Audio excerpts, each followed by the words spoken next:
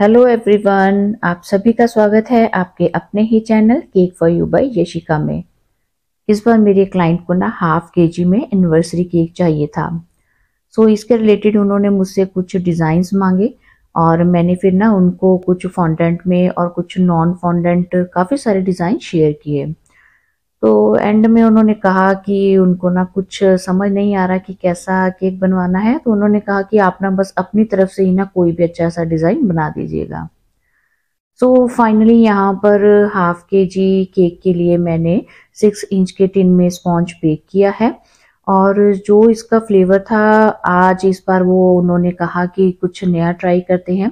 तो मैंने उनको सजेस्ट किया कि मेरा सबसे ज़्यादा जो है ना फ्रूट फिलिंग वाला केक सेल होता है, तो फिर उन्होंने कहा कि इस बार वो यही केक खाना पसंद करेंगे। तो यहाँ पर मैंने 100 ग्राम के आसपास ली है ये फ्रूट की फिलिंग, जो मैं बीच में ऐड कर रही हूँ। ये सीजनल फ्रेश फ्रूट है और इससे पहले मैंने थोड़ा सा क्रश भी नीचे अप्लाई कर दिया था क्रीम के ऊपर, देन उसके ऊपर मैंने फ्रूट्स ऐड किए हैं। तो इस तरीके से ये केक की मैंने क्रम कोटिंग कंप्लीट कर दी थी।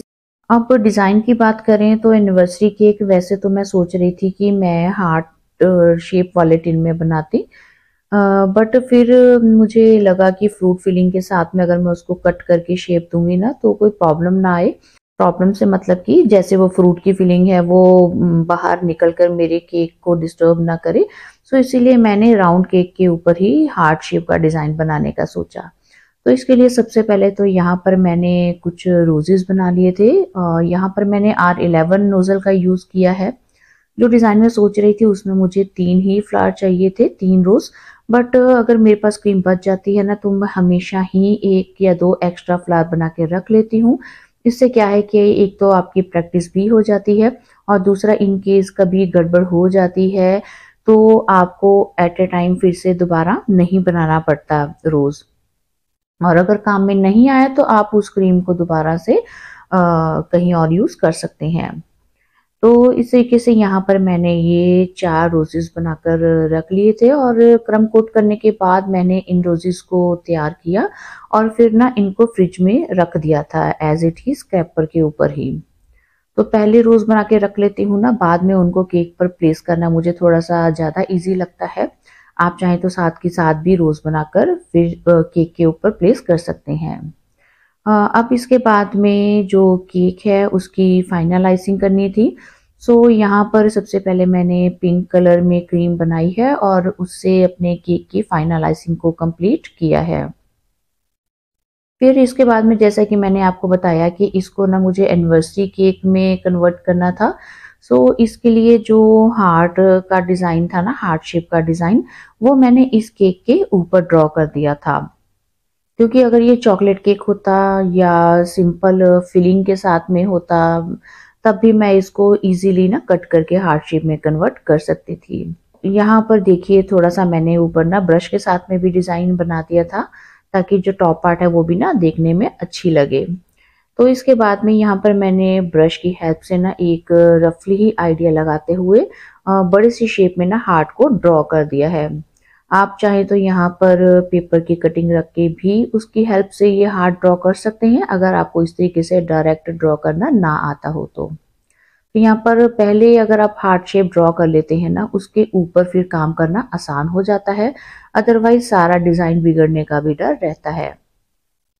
फिर उसके बाद में मैंने व्हाइट क्रीम को ही ऐड किया है बीच में, व्हिप्ड की हुई व्हाइट क्रीम को, और पाइपिंग बैग को हल्का सा कट दिया है जिसके साथ में मैंने ना ये स्पाइरल वाला डिज़ाइन यहाँ पर बना दिया है।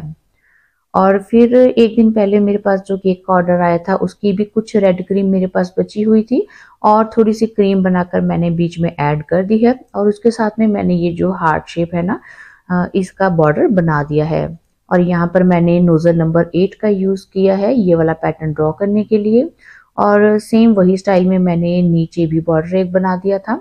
अब क्रीम भी बची हुई थी और मुझे लगा कि इसको डबल लाइन करने से ज़्यादा अच्छी लुक आएगी, मैंने हार्ट को ना डबल लाइन कर दिया और वाकई ही ये हार्ट जो है ना ये डबल लाइन में ज़्यादा अच्छा दिख रहा था। तो अब देखिए मैंने रोजेस को उठाया और उठाकर 2 रोजेस को मैंने टॉप पर प्लेस कर दिया था। और जैसे कि मैंने कहा कि एक्स्ट्रा रोज बना लेना चाहिए, कोई नुकसान नहीं है। वही यहाँ पर मैं आपको दिखाती हूँ कि कैसे जब मैं थर्ड रोज को उठाकर रखने लगी थी ना, तो वो पैलेट नाइफ से नीचे गिर गया और गिरा भी बिल्कुल मेरे केक के ऊपर ही, ये देखिए। तो मैंने उसको वहां से हाथ से उठाया। जब उठाकर मैंने सीधा करके रखने की कोशिश की तो थोड़ा सा ना उसकी जो शेप है वो डी शेप हो गया था। तो इसलिए मैंने फिर जो मेरे पास एक्स्ट्रा रोज था मैंने उसको वापस से यहाँ पर प्लेस कर दिया था। तो कभी कभी एक्स्ट्रा काम करके रख लेना भी अच्छा ही रहता है। और लास्ट में केक के डिज़ाइन को और अच्छे से डिफाइन करने के लिए मैंने सिल्वर मेटालिक स्प्रे का यूज़ कर दिया है, कुछ स्प्रिंकल्स ऊपर ऐड कर दिए हैं।